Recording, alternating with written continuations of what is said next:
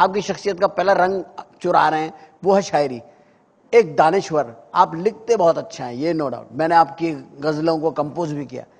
آپ رومانٹک غزلیں بھی لکھتے ہیں، لیکن آپ کی رومانس میں کہیں پہ بھی جو ہے نا لڑکی جو ہے نا وہ خوشحال نہیں ہے، وہ پریشان ہے، اداس ہے، یا اس کی وجہ سے آپ پریشان ہیں، آپ اداس ہیں. اچھا، پھر آپ اس کے تقدس کا جتنا محبت میں آپ نے خیال رکھا ہے. مجھے کچھ خواتین سے ملاقات ہوئی، آپ کی شاعری پہ بات ہوئی، انہوں نے کہا اتنا احترام بھی نہیں کرنا چاہیے عورت کا شاعری میں، یعنی جتنا آپ نے کر دیا حدوں کو پار کر گئے آپ.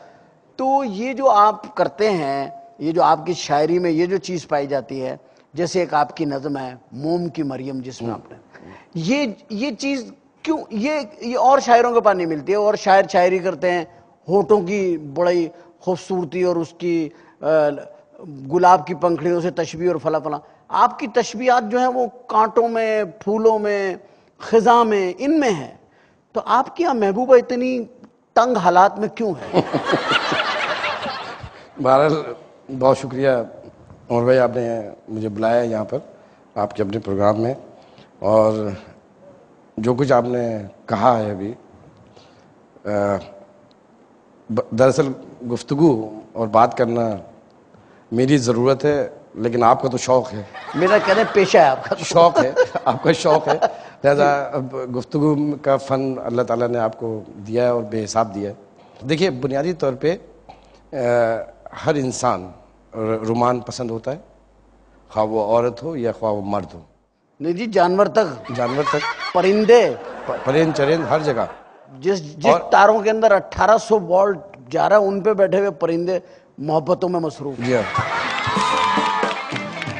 بالکل صحیح ہے، کیونکہ خدا خود محبت ہے اور محبت کو پسند کرتا ہے.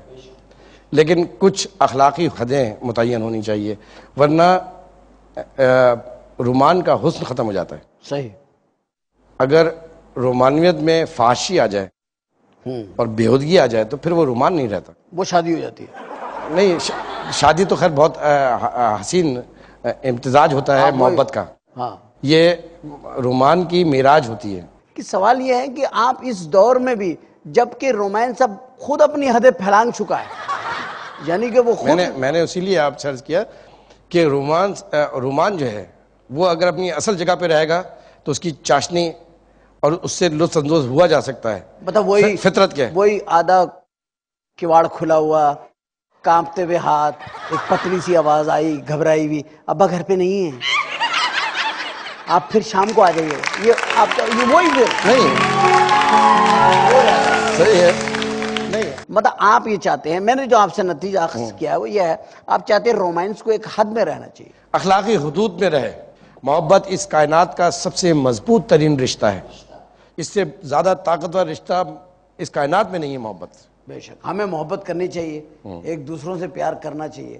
اور یہ آپ کے کتاب کے اندر مجھے بہت محبت کے بڑے اشعار ملتے ہیں، بڑے قطعات ملتے ہیں، آپ کی کتاب میں چیز بھی یہ ملتی ہے.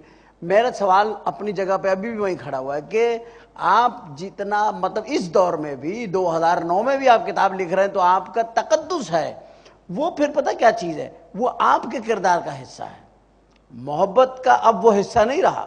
محبت اب وہاں نہیں رہی کہ جہاں کہا جائے دیکھیے کل شب میں نے آپ کو دیکھا تو حیرانگی کی اتھا گہرائیوں میں ڈوب گیا.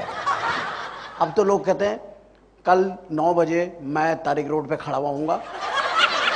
اب یہ ڈائریکٹ بات ہو رہی ہے. لیکن آپ کو میں اپریشیٹ یہ کر رہا ہوں کہ آپ ابھی تک محبت کو اتنا ہی چھپا کے پردے میں رکھ کے بات کرنے کے وہ ہیں. نہیں، ایسا بھی نہیں ہے، ایسا بھی نہیں ہے. دیکھیے، آپ محبت کرتے ہیں، آپ محبوبہ سے کیا چاہتے ہیں؟ آج کل تو محبوبہ سے آدمی خود کچھ نہیں چاہتا، وہ چاہتی ہے بنگلہ، گاڑی، موبائل، وہ چاہتی ہے. آپ تو کچھ چاہ نہیں سکتے. آپ سے تو پوچھا نہیں چاہتا کہ آپ کیا چاہتے ہیں. آپ سے تو یہ پوچھا جاتا آپ نے مجھے دیکھا، ایک موبائل بھجوا دیں اور اس میں سم ڈلوا دیں، سم ڈلوائیں، اس میں 1000 روپیہ لوڈ کروا دیں اور پھر اس نمبر پہ مجھے فون کریں، پھر مجھ سے بات کریں. ہمارے گھر کا فون کٹا ہوا ہے. محبت یہ تو اب یہ چاہتے ہیں, محبت یہی چاہ رہی ہے. مگر میں ہی کہہ رہا ہوں, اگر لوگ آپ کی تحریریں پڑھتے ہیں, ان تحریروں میں یہ فحاشی نہیں ہوتی اور کوئی نئے نئے اس طریقے نہیں ہوتے عشق کرنے کے. تو زیادہ تر طریقے تو آپ نے بتایا نا. نہیں سر, میں نے تو ہر دور کا ایک نہ ایک طریقہ بتایا لوگوں کو کہ بھائی کیسے یہ بات ہوگی, کیا ہوگا. میں تو اس میں بہت آگے ہوں. میں تو اس کا حامی ہوں کہ محبت کو پھیلاؤ, لیکن میرا پھیلانا اور آپ کا پھیلانے میں طریقہ کار ہے. آپ ایک دائرے میں رہ کے پھیلاتے ہیں, میں دائرہ ہی پھیلا دیتا ہوں. برار آپ کا یہ. لیکن اس کے برعکس جب میں آپ کے ساتھ میری بیٹھنا اٹھنا ہوا تو میں نے آپ میں ایک کوالٹی اور دیکھی. میں نے آپ کو باخدا, میں یہ بات 10,000 مرتبہ کوٹ کر چکا. میں ٹیلی ویژن پہ یہ کوٹ کر رہا ہوں پروگرام میں, اور آپ سامنے بیٹھے اس لیے نہیں کر رہا, آپ کی غیر موجودگی میں کوٹ کر چکا ہوں کہ ایک بار آپ اس وقت ہوم منسٹر تھے, رات کے ٹائم تھا, کوئی 3 ساڑھے 3 بجے تھے, آپ کو بھوک لگی, آپ نے ملازم کو نہیں اٹھایا. آپ کو پتہ نہیں یہ بات یاد ہے, مجھے یاد ہے, آپ نے غفور کو نہیں اٹھایا. غفور کا ذکر بھی میں اس لیے کر رہا ہوں تاکہ وہ خوش ہو جائے. اس کا ذکر ہوا غفور کا ٹی وی کے اوپر. غفور کو آپ نے نہیں جگایا, آپ نے کہا نہیں یار وہ سویا ہے, تھکا ہوا, اور اس کو بھی صبح اٹھنا ہوتا ہے, اور گھر میں بھی آپ نے کسی کو نہیں اٹھایا. آپ گئے, آپ ڈبل روٹی لے کر آئے, مجھے اچھی طرح یاد ہے, اور اس میں لال مرچیں نمک میں ملا کے آپ نے اس سے روٹی کھا لی, اور ہوم منسٹر تھے آپ. اگر میں ہوم منسٹر ہوتا, میری جگہ کوئی بھی ایکس وائی زیڈ ہوتا, وہ پہلے فون کرتا کسی 5 اسٹار ہوٹل میں, اس علاقے کے ایس ایچ او کو فون کرتا, ہر قسم کے تکے, ڈبل روٹیاں, سینڈوچ 10 منٹ میں موبائلیں لے کے آپ کے گھر پہنچ جاتے. لیکن آپ کی یہ بات نے مجھے آپ کا فین کر دیا کہ آپ ہوم منسٹر ہیں, اور آپ ایسے ہوم منسٹر